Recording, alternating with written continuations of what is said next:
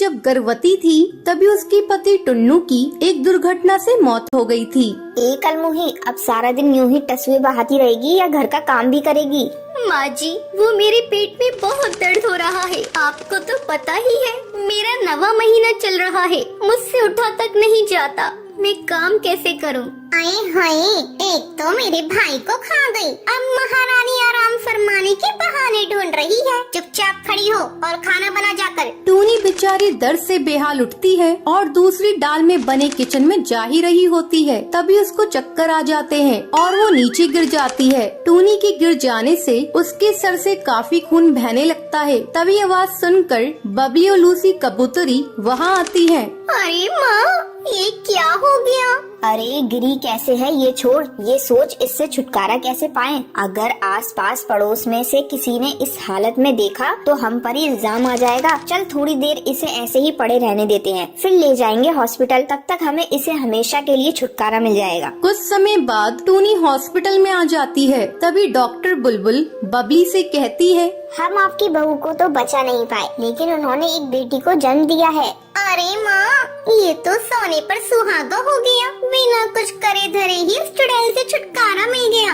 हाँ, बात तो तू ठीक कह रही है, लेकिन इसकी बेटी का क्या करें? खुद चैन की सांस लेकर मर गई और इसे हमारे मत्थे छोड़ गई। अब बबली और लूसी उस बच्ची को घर लाकर अकेले कमरे में छोड़कर चले जाते हैं और बेचारी बच्ची भूख के मारे रो रही होती है। वही टूनी मर चुकी थी, लेकिन टूनी की आत्मा मंदिर में जाती है और भगवान से कहती है, हे भगवान, तूने मुझे अपने दरवाजे पर इस तरह बुलाया है तो तू ही मेरी मदद कर। मेरी छोटी सी बच्ची का कोई नहीं है, तो मुझे थोड़ी शक्ति दे दे ताकि मैं उसका ध्यान रख सकूं। जब वो अपना खुद ध्यान रख लेगी तो मैं तेरी शरण में आ जाऊंगी। दे दे भगवान, शक्ति दे दे। तभी भगवान उसकी प्रार्थना सुन लेते हैं और टूनी फिर से कुछ टाइम के लिए चिड़िया के रूप में आ जाती है।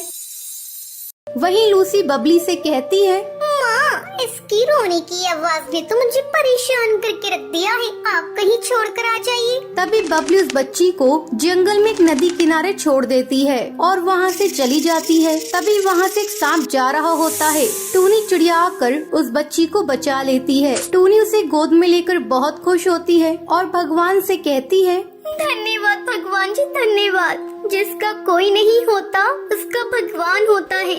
अब टूनी उसे लेकर रास्ते में से जा रही होती है। फिर टूनी सोचती है, मैं इसे रखूंगी कहाँ पर? इसके लिए घर भी होना चाहिए। तभी टूनी को सामने एक खाली शौचालय दिखता है। टूनी शौचालय को अच्छे से साफ करती है और वहीं पर ही अपनी बच्ची के साथ रहती है। भगवान, आपने मुझे शक्ति तो दी है, लेकिन मैं इसका अपने लिए फायदा नहीं उठाऊंगी। मैं खुद मेहनत मजदूरी करके अपनी बच्ची को पालूंगी। अब टूनी चिड़िया एक बरगद के पेड़ पे बने घर में जाती है। वहाँ जाकर टूनी उन आंटी से कहती है, मैम साहब, मुझे काम की बहुत जरूरत है। वैसे तुम क्या काम कर सकती हो? और तुम्हारी तो इतनी छोटी बच्ची है। मैम साहब, मुझे काम की बहुत जरूरत है। अगर मैं काम नहीं करूंगी तो मेरी बच्ची भूखी मर जाएगी। मेरे अलावा उसका कोई नहीं है। जंगल में फसल भी इस बार नहीं हुई है। अब उस मैडम को टूनी की बातें सुनकर तरस आ जाता है। ठीक है, अब रोना बंद करो। अब ये बताओ तुम क्या कर सकती हो? जो आप कहें वो मैं करूंगी। मैं घर की साफ सफाई के अलावा जंगल से सूखी लकड़ियाँ भी चुनकर ले आऊंगी। तभी टूनी चिड़िया जल्दी से उसके घर का सारा काम कर देती है। टूनी चिड़िया की मैडम काम को देखकर बहुत खुश होती है और उससे कहती है, तुमने तो बहुत अच्छे से काम किया। ये लो खाना खा लेना। मैम साहब, खाना मत दीजिए। थोड़ा मेरी बच्ची के लिए दूध मिल जाए तो वो दे दीजिएगा। फिर टूनी चिड़िया वहाँ से दूध लेकर टॉयलेट वाले घर में चली जाती है और वो अपने असली रूप में आ जाती है। फिर वो टुनटुनी को दूध पिलाती है। अगले दिन फिर टूनी काम के लिए चिड़िया का रूप लेकर चली जाती है। अरे सुनो, आज मेरा बर्थडे है, तुम बिना खाए यहाँ से नहीं जाओगी। टूनी चिड़िया मन में सोचती है, अरे मैं ये मैडम को कैसे बताऊं? मैं ये घास फूस वाला खाना नहीं खाती। मैं चिड़िया नहीं, एक आत्मा हूँ। मैम साहब, आज मुझे जरूरी काम है। ये कहते हुए जल्दी से टूनी वहाँ से चली जाती है। कभी कभी ये कुछ अजीब सा बर्ताव करती है। इसे खाने को दो, ये हमेशा मना कर देती है। कुछ तो गड़बड़ है। अब सुंदरी टूनी का पीछा करती है।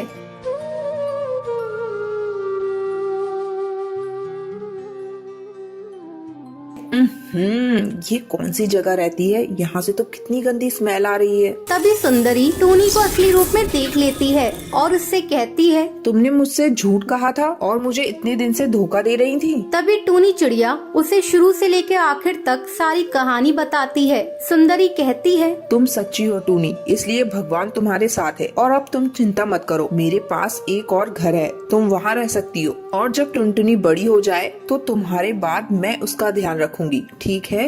शुक्रिया मैम साहब, बहुत बहुत शुक्रिया। ऐसे ही कुछ साल गुजर जाते हैं। टुनटुनी बड़ी हो गई थी और टूनी उसे छोड़कर स्वर्गवास हो गई थी। तभी सुंदरी कौवी टुनटुनी को सारी बात बताती है और टुनटुनी टूनी का फोटो देखकर कहती है, शुक्रिया माँ, आपका बहुत शुक्रिया। तो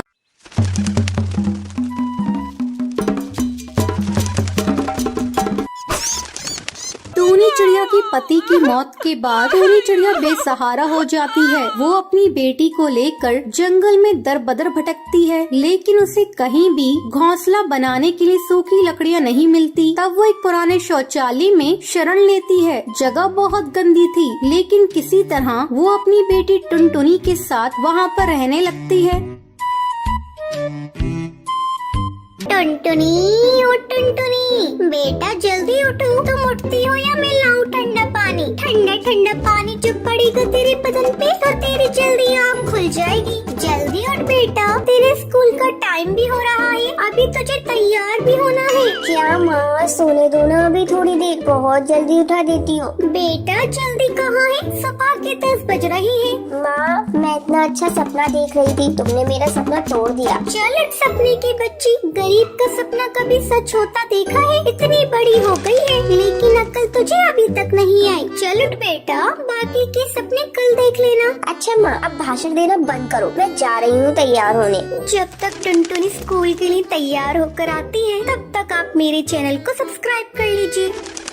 हाँ ठीक है, तैयार होके आजा, मैं तेरा लंच तैयार कर रही हूँ। टूनी चिड़िया जल्दी जल्दी खाना बनाकर टुनटुनी का लंच पैक करने लगती है। अरे माँ, आज तुमने लंच में क्या बनाया है? मैंने तेरे लंच में चावल की खिचड़ी रखी है। क्या माँ, जब देखो खिचड़ी खिचड़ी खिचड़ी, मुझे नहीं खाना। आपको चावल की खिचड़ी के अलावा और कुछ बनाना नहीं आता? मैं आज लंच लेकर नहीं जाऊंगी, इसे आप ही खा लेना। अरे टुनटुनी, इतना गुस्सा क्यों करती है? तू स्कूल में खाली पेट कैसे रहेगी? ये ले 5 का नोट, जाते जाते पार्ले जी लेती जाना। टूनी के घर का किस्सा रोज यही था। टूनी के पति को गुजरे कई साल हो चुके थे। वो अपनी बेटी की देखभाल अकेली ही कर रही थी। वो अपनी बेटी को पढ़ा लिखा कर अफसर बनाना चाहती थी, लेकिन उसकी बेटी बहुत ही नकचड़ी थी। वो अपनी माँ से प्यार तो बहुत करती थी, लेकिन उसकी टोका टाकी पसंद नहीं थी। टुनटुनी को स्कूल भेजने के बाद टूनी चावल के दाने बीनने जाया करती थी। उन्हें बेचकर वो अपना और अपनी बेटी का पेट पाल रही थी। आज कैसे लेट हो गई टूनी चिड़िया? क्या करूं, मेरी एक छोटी बेटी है, उसे स्कूल भेजने के बाद ही मैं दाना ढूंढने जाती हूँ। क्या करूं, मेरी बेटी बहुत आलसी है, सुबह उठने में बहुत परेशान करती है, उसी के चलते देर हो जाती है। ठीक है, अब ज्यादा बातें मत बनाओ, ये लो अपने पैसे।